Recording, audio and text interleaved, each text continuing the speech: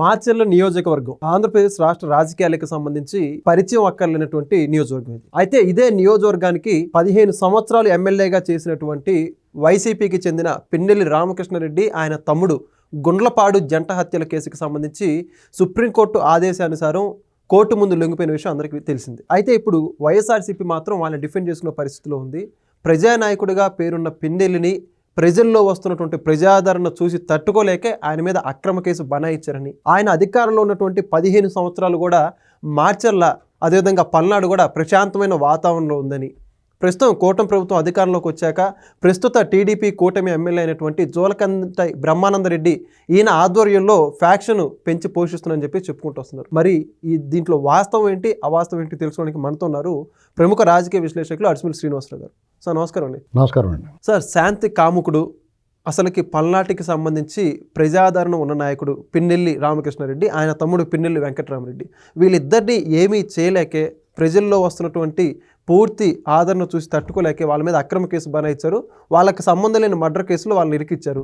అసలుకి జోలకంటి బ్రహ్మానందరెడ్డి ప్రస్తుతం అధికారంలోకి వచ్చాక ఈ మర్డర్లన్నీ ఆయనే చేపిస్తున్నారని చెప్పి చెబుతూ ఉన్నారు. ఏమంటారు ఈ అంశానికి? ఇప్పుడు వైసీపీకి సంబంధించిన వాళ్ళ అధికార ప్రతినిధులైనా లేకపోతే యూట్యూబ్లో మాట్లాడి టీవీల్లో మాట్లాడే వాళ్ళు ఎవరైనా సరే వాళ్ళు అలాగే మాట్లాడతారు. వాస్తవాలతో సంబంధం లేదనేటువంటిది వాళ్ళ గత 6-7 ఏళ్ల నుంచి 10 ఏళ్ల నుంచి చూస్తూ ఉన్నాం. వాళ్ళు ఏం మాట్లాడుతున్నారు అనేటువంటి ఎంతో కొంత వాస్తవానికి దగ్గరగా ఉండి మాట్లాడితే వాళ్ళకి డెఫినెట్గా ఇప్పటికైనా మార్పు వస్తే బాగుండేది. పిన్నెల్లి రామకృష్ణారెడ్డి వాళ్ళ తమ్ముడు అరాచకాల గురించి వాళ్ళు చెప్పేది ఏంటంటే 3-4 సార్లు ఎమ్మెల్యే అయినాడు, అంత ప్రజాదరణ ఉన్నవాడిని చూసి తట్టుకోలేకపోతున్నారు అన్నారు. మీకు ఇక్కడ వన్ సైడ్గా తన ఎమ్మెల్యేగా ఉన్నప్పుడు అధికారంలో ఉన్న ప్రతిపక్షంలో ఉన్న అవతల వాళ్ళు ఏం మాట్లాడనివ్వలేదు. అప్పుడు డెఫినెట్గా ఎవరో మాట్లాడకపోతే బాగానే ఉందనుకుంటారు కదా. జగన్మోహన్ రెడ్డి అయ్యాలు మాట్లాడిచ్చాడు ఎవరన్నా, గృహ నిర్బంధాలు మాట్లాడితే కేసులు భయపడి అందరిని భయపెట్టించాడు. ఫలితాలు చూపించారు రిజల్ట్ వచ్చిన తర్వాత. ఇప్పుడు అదే జరిగింది. అతను జగన్ ముఖ్యమంత్రి అయిన తర్వాత పూర్తిగా అంతకుముందు కూడా అరాచకం ఉంది అతనిది. కానీ జగన్మోహన్ రెడ్డి ముఖ్యమంత్రి అయిన తర్వాత ఆ మెజార్టీలు అవి చూసి ఇక ప్రత్యర్థులే ఉండరు అనేటువంటి భావనకు వచ్చాడు అతను. ఇక శాశ్వతంగా మందై రాజ్యం అన్న లెక్కలోకి వచ్చి చెలరేగిపోయారు. అంతకుముందు కూడా దుర్మార్గాలు, అరాచకం, హత్యలు, ఆక్రమణలు, అవినీతి అన్నీ పుష్కలంగా ఉన్నాయి వాళ్ళ దగ్గర. 19 నుంచి 24 మధ్య ఇంకా రెచ్చిపోయాడు. ఇక ఆకాశమే హద్దు. మీకు గుర్తుందో లేదో, అమరావతి రైతులు ఒక ధర్నా చేశారు నేషనల్ హైవే మీద. చేసినప్పుడు ఇతను కారు అనుకోకుండా చిక్కుపడింది. అందులో వచ్చినప్పుడు చాలామంది ఆ రైతుల తాలూకు అక్కడ ఉన్న పెద్దలందరూ కూడా ఏ గొడవ జరగకుండా అతను అందంగా బయట పంపించారు. అక్కడి నుంచి అతను వచ్చి ప్రెస్ మీట్ పెట్టినప్పుడు ఏం మాట్లాడాడో ఒకసారి ఆ ప్రెస్ మీట్ అతను ఎమ్మెల్యేగా ఉండి వీళ్ళు చెప్తున్న 3-4 సార్లు ఎమ్మెల్యేగా ఉన్నవాడు మాట్లాడాల్సిన మాటలు మాట్లాడా అది చెప్పమని ఉండాలని. ఇప్పుడు మన నోటితో మనం అనాల్సిన అవసరం లేదు. ఒకసారి ఆ ప్రెస్ మీట్ ఒకసారి చూసుకోమని ఉండాలి. ఏమండి, తర్వాత ఏ కార్యక్రమం టీడీపీ వాళ్ళు తలపెట్టినా ఆ కార్యక్రమాన్ని భగ్నం చేయడానికి, వాళ్ళ ఆఫీసులు తగలబెట్టడానికి, కార్ల మీద దాడి చేయడానికి, ఏకంగా కార్లు తగలబెట్టడానికి చూసేవారు. అక్కడ ఉన్న ఇన్ఛార్జీలు ఎవరైతే ఉన్నారో మన బ్రహ్మారెడ్డి గారు లాంటి వాళ్ళు స్వయంగా ఆయనతో చెప్పాడు, ఈ కార్లు గీర్లని తగలబెట్టేస్తున్నారు, ధ్వంసం చేస్తున్నారు వాహనాల్లో, ఇళ్ళు అవన్నీ, వాళ్ళకి అవన్నీ సమకూర్చాల్సిన బాధ్యత ఉంటుంది నా మీద, ఇన్సూరెన్స్లు ఇలాంటివన్నీ. ఇది పెద్ద అన్నట్లకన్నా పెద్ద తలనొప్పి అయిపోయిందండి అన్నాడు కదా. మరి ఇప్పుడు నువ్వు కారు వేసుకెళ్తావు, నీ పార్టీ అభిమానం, నీకు హక్కు ఉంది పూర్తిగా, నువ్వు మద్దతు ఇవ్వాలనుకుని వెళ్తావు. బ్రహ్మారెడ్డి గారు ఏదో ర్యాలీయో లేకపోతే ఏదో కార్యక్రమం పెడితే అక్కడికి వచ్చి దాడి చేసే కార్లన్నీ ధ్వంసం చేసి తగలబెట్టేస్తే నీకేం చేయాలి? నువ్వు పూర్తిగా నష్టపోతున్నావు. నువ్వు ఏ కార్యక్రమం కోసం అయితే వెళ్ళావో ఆయనకి బాధే. దీన్ని ఎలా రికవరీ చేయాలి? ఇన్సూరెన్స్ వస్తే ₹1,00,000 30,000, 40,000, 50,000 వస్తుంది తప్ప 30-40% వస్తుంది తప్ప పూర్తిగా ఇచ్చాడు కదా. కారు తీసుకుని కారు ఇచ్చాడు కదా. ఇలాగా వాళ్ళు ఆ వ్యూహం ఏంటంటే ఇలాంటి దాడులు చేసి దుర్మార్గాలు చేస్తే ఇంకెవరు రాకుండా పోతాడని ఇలాంటివి చాలా చేశారండి. వాళ్ళు ఏం చేసేవారు, ఇప్పుడు టీడీపీ వాళ్ళు ఫ్లెక్సీ కట్టుకున్నారు అనుకోండి, ఆ ఫ్లెక్సీ దగ్గరికి వచ్చి చింపేస్తారు. అదేంటని మీరు అడుగుతారు. అడిగినోడు గొడవ జరుగుతుంది. గొడవ జరిగినప్పుడు వాళ్ళు కొట్టేసి పోలీసు వాళ్ళ అంకలతో ఆపుకుంటారు. పోయి మీరు వెళ్ళి కంప్లైంట్ ఇస్తానికి వెళ్ళారు అనుకో, కొట్టారండి, మిమ్మల్ని దవడమే కొట్టేసి మేమే కేసేడతారండి తిరిగి. ఇలాగే జరిగింది. ఇది అరాచకం కదా. మీకు మాచర్ల మున్సిపాలిటీ ఎలక్షన్ జరిగింది, లోకల్ బాడీ ఎలక్షన్లో. అక్కడ జరిగిన అరాచకాన్ని చూసి దాన్ని ప్రశ్నించడానికి ఒక ఎమ్మెల్సీ, మాజీ ఎమ్మెల్యే బుద్ధా వెంకన్న, బోండాబొమ్మ, ఇంకో లాయర్ గారు, ముగ్గురు కలిసి ఒక కారులో బయలుదేరారు. వెళ్తే అక్కడ తురకా కిషోర్ అన్నవాడు ఎంత దారుణమైన దుర్మార్గం, చంపేయడం చూడలేదు, పెద్ద రోకలు పండించుకుని పొడి చంపేస్తాం చూసాడు లేదా, కళ్ళ ముందు చూసాం కదా అంతా.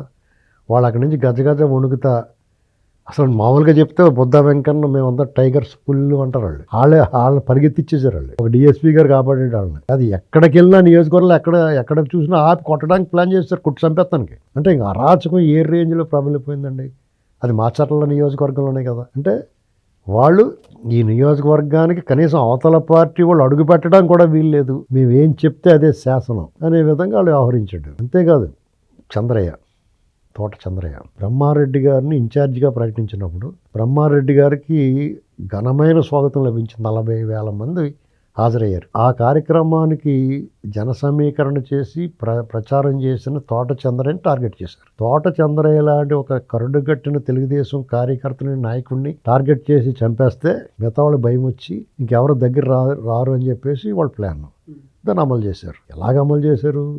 చాటునో మాటనో వెళ్ళి ఓడినో వచ్చి ఓడినో ఇప్పుడు కాదు, నడి రోడ్లో బహిరంగంగా పట్టపగలో పడగొట్టి గుండెల మీద మోకాలతో తొక్కిపెట్టి పేక్కొచ్చి చంపేశారు. అతన్ని జై జగన్ అనమన్నారు. అతను జై చంద్రబాబు అంటే ప్రాణాలు విడిచిపెట్టేశాడు.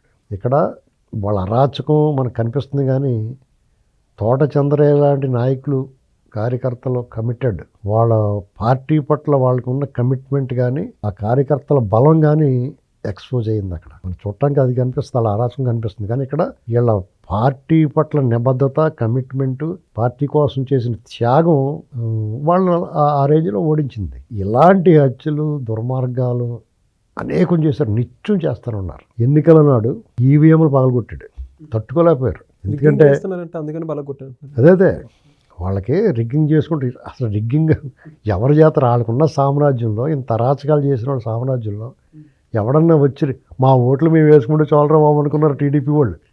అంటే వాళ్ళు బిక్కుమంటూ ఉన్నారు వాళ్ళు. అసలు పరిస్థితి ఎంత దారుణమైన పరిస్థితి. వాళ్ళు ఓడిపోయారు కాబట్టి మనం తేలిగ్గా మాట్లాడుతున్నాం. కానీ వాళ్ళందరూ కూడా నరరూప రాక్షసులు కదా. అక్కడున్న అధికారులను అలాంటి వాళ్ళు పెట్టుకున్నాడు రవిశంకర్ రెడ్డి, అలాంటి వాళ్ళు అందరం ఉండి ఇప్పుడు జిల్లా ఎస్పీ, డిఐజీ, కలెక్టర్ దగ్గర నుంచి మొత్తం అందరిని వాళ్ళకి కావాల్సిన మనుషులు సెట్ చేసుకున్నా అక్కడ వాళ్ళతోటి చెలరేగిపోవడం చూశారు. కానీ తాను ఒకటి తెలిస్తే దయ్యం ఒకటి తెలిసిందంటారు. ఎలక్షన్ కమిషన్ ఏం చేసిందంటే అటు ఇటు జరిపేసి వాళ్ళందరినీ పక్కకు తోసింది. దాంతో వీళ్ళకి ఆర్ఎం అంటారు దాన్ని, రంకు మొగుళ్ళటు తగిలాడు అక్కడ ఆఫీసర్లా. వాళ్ళు పని వాళ్ళు చేసుకున్నారు. చట్టాన్ని తన పని తను చేసుకుని ఇచ్చారు. చట్టం తన పని తను చేసుకుంటే జగన్మోహన్ రెడ్డి వాళ్ళ గ్యాంగ్ రాజకీయాల్లో ఉండరు, సమాజంలో తిరగరు. వాళ్ళు ఉండేది ఎక్కడంటే జైల్లోనే ఉంటారు. అదే జరిగింది. ఎలక్షన్లా జరిగితే వాళ్ళకి ఊపిరాళ్ళ. వాళ్ళ ప్లాన్ వేరే. వాళ్ళు అనుకున్నది ఏంటి? ఉదయం పూట వస్తారు ఎలైట్ పీపుల్, మర్యాదస్తులు కొంతమంది. టీడీపీ వాళ్ళు అందరూ ఎందుకనే మంచి దొంగోట్లు వేసుకోకుండా ఉంటారని పొద్దున్నే వచ్చి లైన్లో నిలబడతారు. ఆ లైన్లో నిలబడిన చోట అల్లరి చేసేసి వాళ్ళు బెదిరించి బెదరగొట్టి ఒకళ్ళిద్దరిని కొట్టి నరికేస్తే అందరూ బారిపోతారు. మహిళలు ఉన్న క్యూల దగ్గరికి వెళ్ళి కొంతమంది ఈ గంజాయి ఇలాంటి ఉన్మాద బ్యాచ్ని బట్టలిపి నిలబెడతారు. వాళ్ళు చేష్టలు చేస్తారు. దాంతో మహిళలు ఏం చేస్తారు? చిచ్చి అని చెప్పి పోతారు కదా. తర్వాత వీళ్ళు వెళ్ళి బూత్ క్యాప్చర్ చేసుకుని పిండి కొట్టుకుందామని చూస్తారు. ఆ లోపల ఉన్న ఏజెంట్లు అందరినీ బెదిరిస్తారు, లేదంటే బయట లాక్కుపోతారు. ఆఫీసర్లు కత్తి చూపిస్తే వాళ్ళకి పుచ్చబడిపోద్ది, వీళ్ళ పనులు చేసుకుంటారు. ఇది వాళ్ళ ప్లాన్. ఇది ఏది జరగల. పైగా పిన్నెల రామకృష్ణారెడ్డి వచ్చి అడావిడి చేసి కాలర్లా పెట్టుకుని ఆ మిషన్ తీసుకువాడితే ఎగిరి తనడానికి వచ్చాడు ఒక ఆయన. ఆయన తర్వాత హార్ట్ అటాక్ వచ్చి చనిపోయాడు. ఆ ఎలక్షన్ అయిన తర్వాత ఆయన చాలా దారుణం కొట్టేశారు. ఈ కేసుల మీద, ఈవీఎం పగలగొట్టిన కేసు మీద ఆల్రెడీ జైలుకి వెళ్ళి వచ్చాడు. వాళ్ళ తమ్ముడు దొరకలా. మొన్న సరెండర్ అయ్యాడు. మొన్నటిదాకా ఎందుకు దాక్కున్నాడో? అంత గొప్ప మనిషి అయితే. మీ అక్రమ కేసులు అనుకుంటే మీరు న్యాయస్థానాలు చాలా పర్ఫెక్ట్గా పనిచేస్తున్నాయి. ఇప్పుడు ఒక రంగం చెప్పాలంటే మిమ్మల్ని మీద ఏగ వాళ్ళని అట్లా న్యాయస్థానాలు నోటీస్ ఇచ్చి పంపించండి అంటున్నారు. సుప్రీంకోర్టు దాకా వెళ్ళిపోతుంటే మీకు వీళ్ళు ఏమనకండి, వీళ్ళ మీద కఠిన చర్యలు వద్దు, వీళ్ళని అరెస్ట్ చేయొద్దు, ఇలాంటి తీర్పులు వస్తున్నాయి. మీకు ముందస్తు బెయిల్ ఇస్తున్నారు. ముందస్తు బెయిల్ ఇవ్వడానికి వాయిదా వేసి అప్పుడు దాకా వీళ్ళు ఏమి చేయకండి, ఇలాంటి అనుకూలంగానే వస్తున్నాయి మీకు. వాళ్ళు అందులో కేసు మెరిట్స్ చూసి చెప్తారు. నిజంగా మీకు అంత ధైర్యం, మీ నిర్దోషులు అనుకుంటే అస్సలు జడవక్కలేదు. ఇప్పుడున్న పరిస్థితిలో ఇప్పుడున్న ప్రభుత్వం ఏ దుందుడికి చర్య చేయదు. ఏ రకంగా అక్రమంగా వెళ్ళరు వాళ్ళు. అసలు ఆలోచనే ఉండదు వాళ్ళకి. అదొక గోల మనకి ఎందుకు అనుకుంటారు? ఈ జనాలు గోల పడలేక అరెస్టులు చేస్తున్నారేమో. కానీ వాళ్ళు మామూలుగా ఇవన్నీ తీసేయండి, పక్క తీసేయండి, తూచండి, మన పని చేసుకుందాం అనుకుని ఇలా ఉంది ఇప్పుడు పరిస్థితి. అలాంటి చోట మీరు తిరిగి ఆ బాండలు వేస్తే వాళ్ళు కాలిందనుకో మళ్ళీ రౌండ్ వేస్తారు. పడుకున్న గుర్రాలు లేపు తన్నించుకోకూడదు. ఇప్పుడు వాళ్ళ తమ్ముడు మొన్నటిదాకా ఎంత దాక్కున్నాడో. వీళ్ళు జంట హత్యలు అయిపోయిన తర్వాత మూసుకుని ఉండాలి కదా. ఇద్దరిని చంపేస్తాం, కారు గుద్దిచ్చి చంపేటి మీ ప్రభుత్వం కాదు, తెలుగుదేశం ప్రభుత్వం వచ్చింది, అక్కడ మీ ప్రత్యర్థి బ్రహ్మారెడ్డి మీరే చెప్తున్నారు 7 మర్డర్ కేసుల్లో ఉన్నాడు అని. ఆ కేసులో అతను వెళ్ళాడు, శిక్ష అనిపించాడు. అప్పుడు వాళ్ళ అమ్మగారు ఎమ్మెల్యేగా ఉండగా మీ సీతారామాంజనేయులు ఇప్పుడు మీ బ్యాచ్ లో ఉన్నాడు కదా, ఇతన్ని గుంటూరు ఎస్పీ కూడా తీసుకెళ్లి ఎర్రగుంట హేడు పట్టుకున్నాయి. అతను వాళ్ళు అధికార దుర్వినియోగం చేయాలనుకుంటే అవేళ చేద్దరు. సీతారామాంజనేయులు శంకరగిరి మాన్యాలు పట్టిద్దరు. చంద్రబాబు నాయుడు గారు పద్ధతి అయిన మనిషి, చట్టం తన పని తను చేసుకోమన్నాడు అంతే. ఇందులో కళ చేసుకోలేదు. అది కూడా తప్పే రంగం చెప్పాలంటే. కానీ ఆయన సిస్టమ్ అది. చట్టం తన పని తను చేసుకుని ఇస్తాడు. పర్ఫెక్ట్గా రూల్ ఆఫ్ లా పాటిస్తాడు ఆయన. అది తప్పు అయిపోతుంది. ఇలాంటి వాళ్ళ విషయం అలా ఉండడం తప్పు. మరి ఆయన 7 మర్డర్లు చేసాడు, అతను అరాచకం చేస్తాడంటే ముద్దెట్టుకుంటారా మీరు ఎలా చేస్తుంటే? మీరు ఎలా చేస్తుంటే అప్పభావ నాటకాలు ఆడి పప్పంగాళ్ళని పెడితే మీ దగ్గర నెగ్గు రాగలరా? ప్రజలకు నమ్మకం ఉండాలి కదా. మా ఊడు కూడా ఉన్నాడు, మా ఊడిని తీసుకొస్తానంటాం కదా ఎవరిని దెబ్బలాట వచ్చినప్పుడు. ఇప్పుడు ఎవడో వచ్చేసి అడవాడు చేస్తున్నారు ఇంకా, నీ సంగతి చెప్తాడు మా ఊడిని తీసుకొస్తామంటాం కదా. అలాగే మరి ఆ టీడీపీ వాళ్ళు అలాగే కూడా వాళ్ళు ఓటు ఉండాలి కదా, వాడు గట్టోడు. అయినా సరే అతను దుర్మార్గం చేయడు. పార్టీ అతనికి ఎప్పుడు పగ్గాలేస్తున్నారు. సాక్షాత్ అసెంబ్లీలో చెప్పాడు ఆయన, నన్ను తొక్కు పెట్టి పగ్గాలేస్తున్నారు, వదలండి ఒకసారి అండి, ఒకసారి వదలండి అని. ఇప్పుడు వరకు వదలలేదు ఆయన్ని. వదిలితే చూద్దాం ఏమవుద్దాం.